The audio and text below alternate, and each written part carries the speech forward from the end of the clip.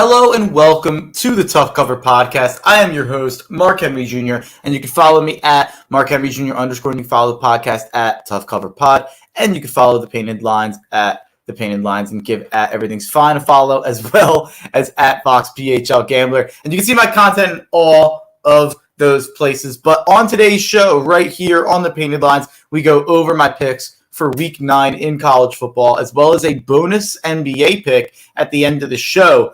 So stay tuned for till the end for that. But first, let's do a quick record check because you are what your record says you are, as Bill Parcells says. Sorry, it's early. And in the month of October, in the NFL, I am 30-18-1, up 27 units. In the NCAA, I am 17-23, up 2 units. In the MLB, I am 16-16-1, up 1 unit. And in the NBA, I am 17-11, up 56 units. Overall, I am 80-67-2, up 86 units. So let's keep it going. We have hit our best bet every day this week. We've been profitable every single day this week. So let's continue. Let's keep it going into college football Week 9, Saturday, October 30th at 12 o'clock. I like the Texas Longhorns at the Baylor Bears for 4 units. Texas +3. Big brother and little brother reversing roles here. Texas is 77-27-5 against Baylor, but Baylor is the 6-1 team coming in here as a 3-point favorite. Texas has lost 2 in a row. The Longhorns have not lost 3 in a row since the last Charlie Strong year in 2016. Tom Herman never lost 3 in a row at Texas. In his 4 years there, he was still fired. So Sark better not lose 3 straight in his first year. You don't want to get off on the wrong foot. I know you get some slack in your first year as a coach, but Texas is Texas. And in both of the Longhorns' most recent losses, they have held the lead entering the fourth quarter. The problem is, in those fourth quarter, they've been outscored 41-7. Over the last 5 games, Texas has outscored opponents 82-23 in the first quarter. That includes 4 touchdowns on the opening drive. But the Longhorns have been outscored 55-20 in the fourth quarter over that same stretch. Texas needs to do a better job getting a lead and running the ball to salt it away without turnovers. And I have one reason and one reason only to have confidence that they will figure that out, and that is Bijan Robinson, who is a Heisman candidate at running back with 924 yards and 10 touchdowns, averaging 6.6 yards per carry. The Longhorns run the ball 60% of the time, and with good reason. Texas ranks 5th in points per game, 4th in points per play, and 10th in yards per play. This is the best offense Baylor will have seen or will see all year. I think Texas wins outright, but I'll take +3 when I think I have the more talented team here. So hook 'em horns. Let's move on to the next game at noon. I like Iowa +3.5 at Wisconsin for 4 units. It's a new Saturday and a new week of college football, but it's me again betting against Wisconsin. I just don't buy them. I don't buy into the offense. I know they shoved some units down my throat last week, crushing Purdue, but that was Purduing, as Reese Davis would say. That was Purdue. But Wisconsin won that game with Mertz throwing for 52 yards on 5 for 8, which just shows you how pathetic that loss is for Purdue. Mertz owns a 51.2 passing grade per PFF, which is the 11th lowest grade in the FBS for a quarterback who has attempted over 100 passes this season. Simply put, I think Iowa is the much better team here. We've seen the flaws with Iowa against Penn State and even more so against Purdue, but Wisconsin has those same flaws, just worse. Even beyond the teams here, though, if you set the helmets aside, set the players aside, you're giving me a 3.5-point dog in a game with a total of 36. Sign me up. If Iowa wins this game, they will probably win the Big Ten West and probably have a trip to the Big Ten title game, and I think that's exactly what happens. So my last game at noon here is Virginia Tech +4.5 at Georgia Tech for 2 units. I know Justin Fuente sucks as a coach. I know Virginia Tech is addicted to blowing leads. I know Virginia Tech isn't that good, but they can cover 4.5 against Georgia Tech and can probably win outright. This is still a Hokie team who outplayed the Irish and should have beat a 6-1 Notre Dame team. 3 of their 4 losses are by 1 possession. I just don't see any scenario you ever feel out of this bet with Virginia Tech +4.5. Georgia Tech is 9-20 and 7-15 under Jeff Collins. So it's not like their coaching situation is any great shakes either. And neither is the Georgia Tech program. They allowed Virginia to gain 636 yards of offense last week, including 240 on the ground. I think Virginia Tech finally wins a close one. But by the way, if you're watching, if you have any thoughts on my picks, please leave them in the comments. If you have any picks of your own, please leave them in the comments. I will pull them up on the screen. So let's get to the big game, the game of the day at 3:30. I like Florida plus 14.5 versus Georgia in the world's largest outdoor cocktail party for 3 units in Jacksonville on a neutral field.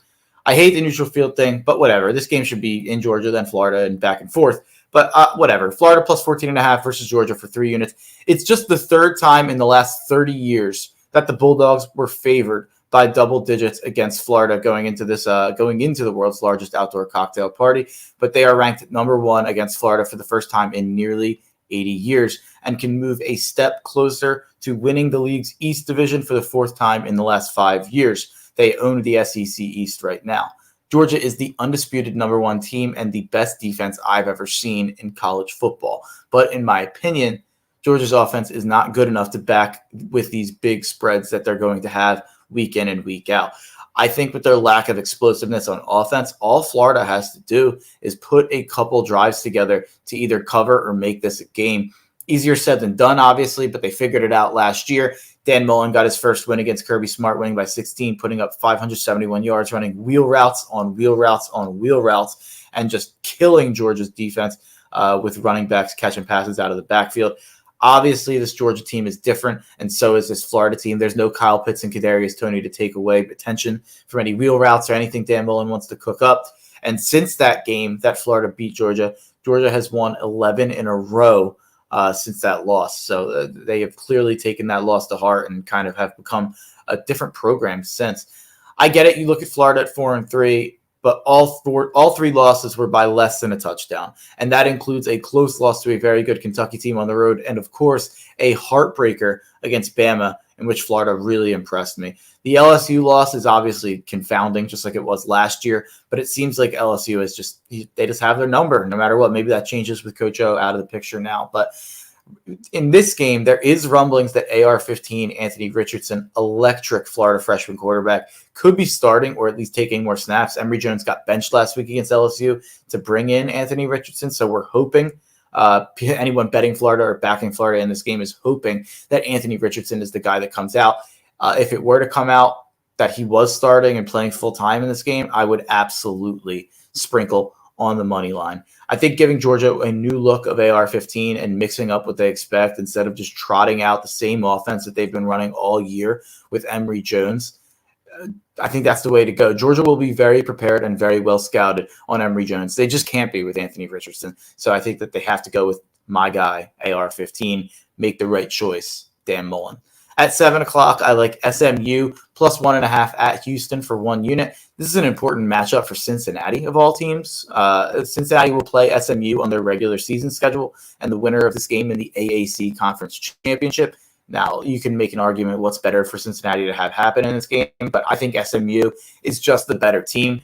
They've won 3 of the last 4 in this rivalry. They're trying to keep their undefeated season intact. It just seems to me like they have more to play for than Houston does. No team has surrendered fewer sacks in the nation than SMU. Despite attempting 40 passes per game, the Mustangs have only allowed just 2 sacks the whole season, which shows that the offensive line has done a great job protecting their quarterback, and that's great for this matchup because Houston relies on the pressure for their defense to stop the passing game. SMU has a massive advantage at quarterback with Mordecai over Tune with almost double the yards and more than double the passing touchdowns. Mordecai leads the nation with 29 pass touchdowns. He has completed 71% of his passes for 331 yards a game. I think because of Mordecai, SMU stays undefeated here and moves on to 8-0. And moves 1 game closer to a battle with Cincinnati in a couple of weeks. And my other 7 o'clock play is Auburn. Team total under 34.5. I think Ole Miss totals have been grossly inflated. They're resoundingly 3-1 on the under in the last 4, covering by like almost an average of 20 plus points per game, and 2-0 in the last 2. They gave up only 26 to Tennessee and then only 17 to LSU. I think this Ole Miss defense is better than we think. Auburn's offense is probably also worse than we think. This is the team that was held in the low 20s by LSU and Penn State and only scored 34 against Georgia State and only 10 against Georgia. So they've been under that total 4 games this season. I think this will be similar to the last few Ole Miss games with the total being very inflated, but I don't want to bet against Matt Corral's legs, so I'll bet against Bo Nix with the team total under here on Auburn at 34.5. Now we get to my best bet, my lock of the night, my play of the day. I like Virginia UVA +3 at BYU for 5 units. I also have UVA on the money line at BYU for 5 units. This is a 10-unit play for me. I love Virginia here. Virginia coach Bronco Mendenhall making his return to Provo to play his old team BYU. Mendenhall did help the Cougars to 5 10-win seasons in his 11 at BYU, and he led them to a bowl game each season that he was at BYU. He really built up the program at BYU in recent years as an independent. The Cavaliers are bowl eligible for a 5th time in 6 years under Mendenhall.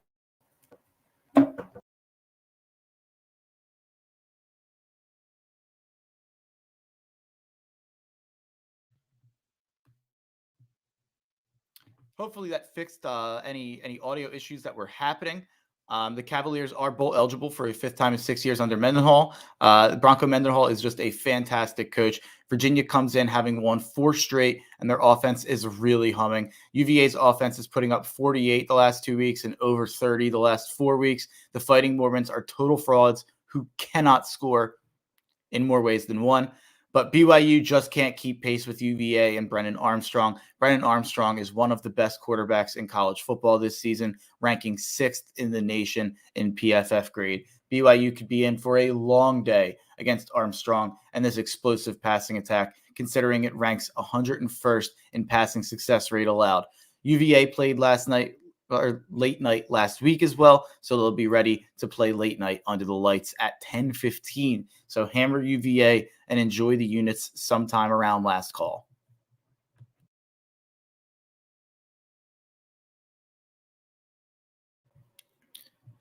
So let's move on to the 10:30 matchup. I've got Fresno State in a pick'em at San Diego State for 3 units.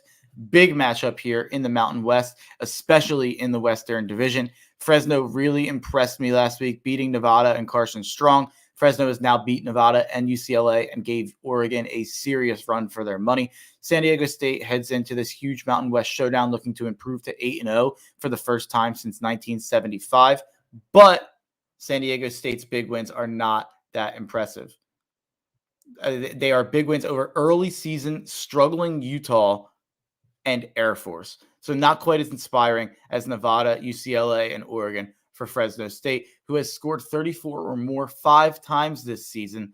SDSU has scored 20 or less in their last 2 games. That's just not going to cut it here. Fresno State quarterback Jake Haener has thrown for 2,600 yards, 22 touchdowns with 6 interceptions. So anytime I have a chance to bet on Jake Haener and bet against former Michigan coach Brady Hoke, I have to take it. So then my one NBA play tonight is over 205.5 in Orlando, Detroit. I know it sounds gross. Hold your nose, one of those situations, but I think Orlando overs might be something worth monitoring, especially if they're going to continue disrespecting them and putting them over these overs in the low 200s. They are 5-1 on the over so far this year, Orlando. So they've actually been one of the better teams in the league on hitting the over.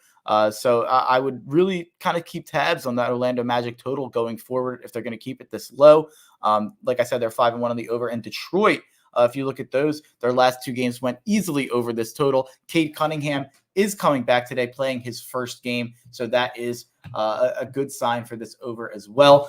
So that just about does it for my picks. I've heard that I had a couple audio issues at the start of the show. I apologize for that. I will get that fixed for tomorrow's show for the NFL. But if it was kind of unclear at the beginning, here are my picks at the end. Here's the summary. I have Texas +3 at Baylor for 4 units at noon. I have Iowa +3.5 at Wisconsin for 4 units at noon. I have Virginia Tech +4.5 at Georgia Tech for 2 units at noon. I have Florida +14.5 for 3 units at 3:30. I have SMU plus 1.5 at Houston at 7 o'clock for 1 unit. I have Auburn team total under 34.5 against Ole Miss at 7 o'clock for 1 unit. I have Virginia plus 3 at BYU for 5 units. I have Virginia money line at BYU for 5 units. I have Fresno State in a pick'em at San Diego State for 3 units at 10:30. And my NBA play of the day, I've got over 205.5 in Orlando, Detroit for 5 units. So thank you all for joining. Thank you for being a part of the Tough Cover Click. And I will talk to you tomorrow morning with my NFL plays of the day. But for now, enjoy the winners.